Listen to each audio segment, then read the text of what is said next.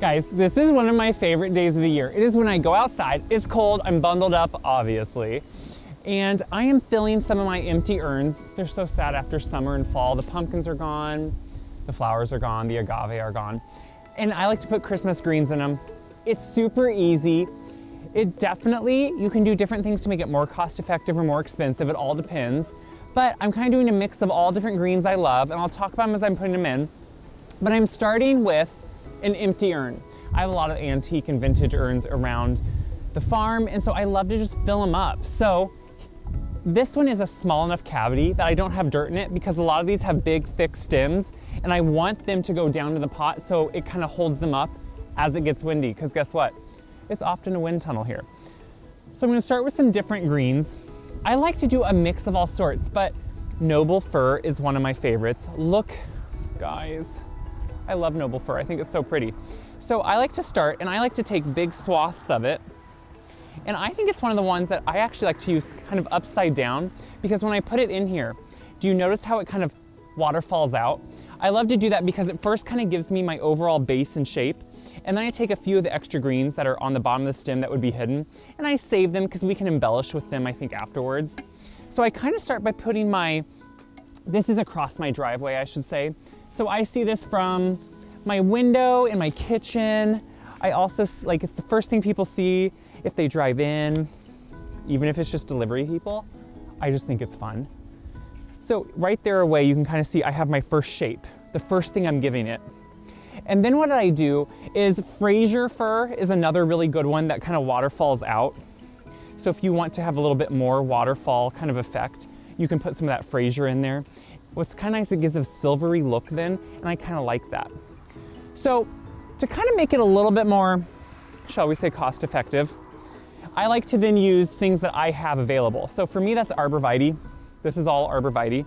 And I'm gonna use that to kind of fill in a little bit and give it a little bit of just kind of filler inside of there, because it has a beautiful green color. And in general, anytime you're doing any of these pots, it's the mix of the different textures and colors of greens that are really gonna give you that wonderful, full, and just beautiful look. So all the different types look so good together.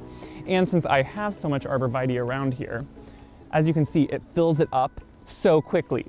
So once I have that base in there, I kind of think of what I want to give it height and interest. What's gonna be the thriller of this moment. So for me, a lot of times that's birch. Birch sticks have that papery white look. They're always used, obviously, at like Christmas, but I just love how they will give just that instant kind of look and color. So I'm gonna put them in here, and what I like is to kind of get them set. At first, they're gonna wanna fall because there's not a ton of stems in here yet. So the more greens that we put down in there, the more stems we put down in there, it kind of starts holding it in. So like the noble fir that I cut off, and there's an empty one, I'll actually even stick that down in, so you don't necessarily see it, but it just starts filling it in and giving more oomph for these to kind of hold into. So I'm gonna put some more greens in it, fill it up a little bit more, and then we'll embellish. So I filled it up slightly, and what I'm filling it up with is some boxwood. Boxwood can be on the higher end cost-wise, just because, I don't know why actually, just because everyone wants it probably and they love the look.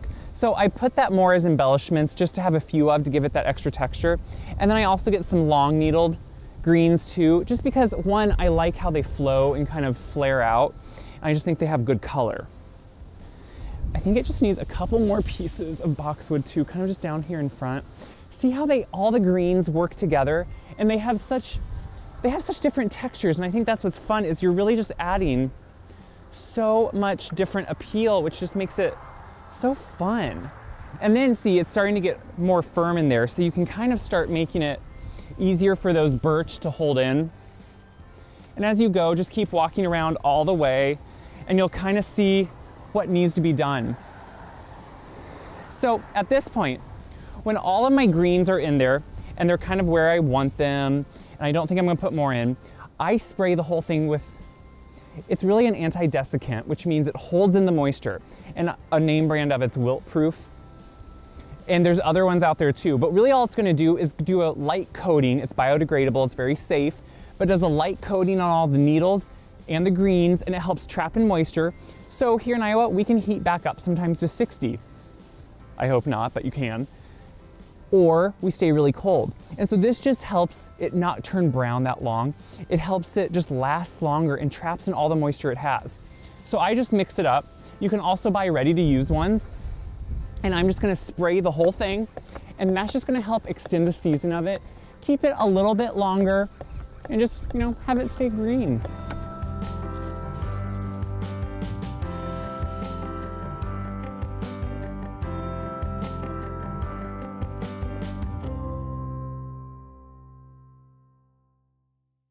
I have them all sprayed, and the reason you want to do it at a certain time is because certain things don't like to have it, and we'll talk about that. I'm also adding in a little bit of curly willow. What's fun this time of year is go to garden centers, go to different places because they get in really fun greens, and they usually have some really fun, interesting things to add too. I actually have a curly willow tree, so I cut this off, but you can find it very easily. So the things I'm kind of embellishing with and not using as much of, magnolia. Now, for those of you that are in the South, you're probably laughing because you're like, magnolia, I have a whole tree of it. You are so lucky. I cannot grow this magnolia here. The ones I can grow don't have the glossy green leaves, that beautiful bronze back. They just don't. These, on the other hand, have that beautiful color. They just set it off, and I'm gonna say it, they're extremely expensive. So I try to only use a few. And then to give it some more just fun color, and I should say, magnolia do not like to be sprayed with the wilt proof because it kind of soaks in to their soft velvet-like backing and it can discolor it, so I do that before. For color, you could do now a whole bunch of different things. You can do holly berries. They sometimes don't last as long, especially fresh ones, but if you find faux ones, you could do that. I like to do preserved eucalyptus, especially if you find kind of a fun seasonal color. This kind of has that mauve-y red color that actually to me can like set off and look really pretty. So you can do just a little bit. The color, since everything is so green, it sets it off instantly and you get a lot of that color. I also like to add in just different, what aren't really evergreens, but like this is huckleberry. And I just think it's really pretty. You can kind of just look at that. It has little berries on it. It has just that gorgeous kind of red stem along with the green color. And what I like is it adds a lot of height too. So like I'll try to put it, the height in the center, so it really kind of works off of it. Look at that, like you can't, this is what's funny about this is you can't go wrong. You keep adding some beautiful greens and you have an arrangement in no time. Kip has brought me a stick. He thinks we're gonna play. He has his coat on because it's cold. So another fun thing is if you can find the seeded eucalyptus, they preserve that in different colors too. And I think that is so fun just to throw in. I love hollyberry, ilex berries, sometimes you'll see them listed as. It's just that they can be really hard to have last for a whole season. So that's why I like to find things that are preserved or faux, just to give you that color. Like look at that, that just gives you such good color. You can kind of just sneak it in and it catches your eye. Look how quick and easy that was. Look how fun that was. It takes some different greens. Maybe you have a lot of greens around your place that you could actually go snip on. You obviously don't want to hurt a tree, so if it's a specimen piece by itself, it's probably not the best to cut on it. So if you can, you know, go look for some different garden centers, see what they might have in stock, do one pot or more and just enjoy it because it is so welcoming. It's just really pretty and it's fun to do. So I hope this inspires you because that's the point. You can switch this up to fit you. You can stick pine cones in it.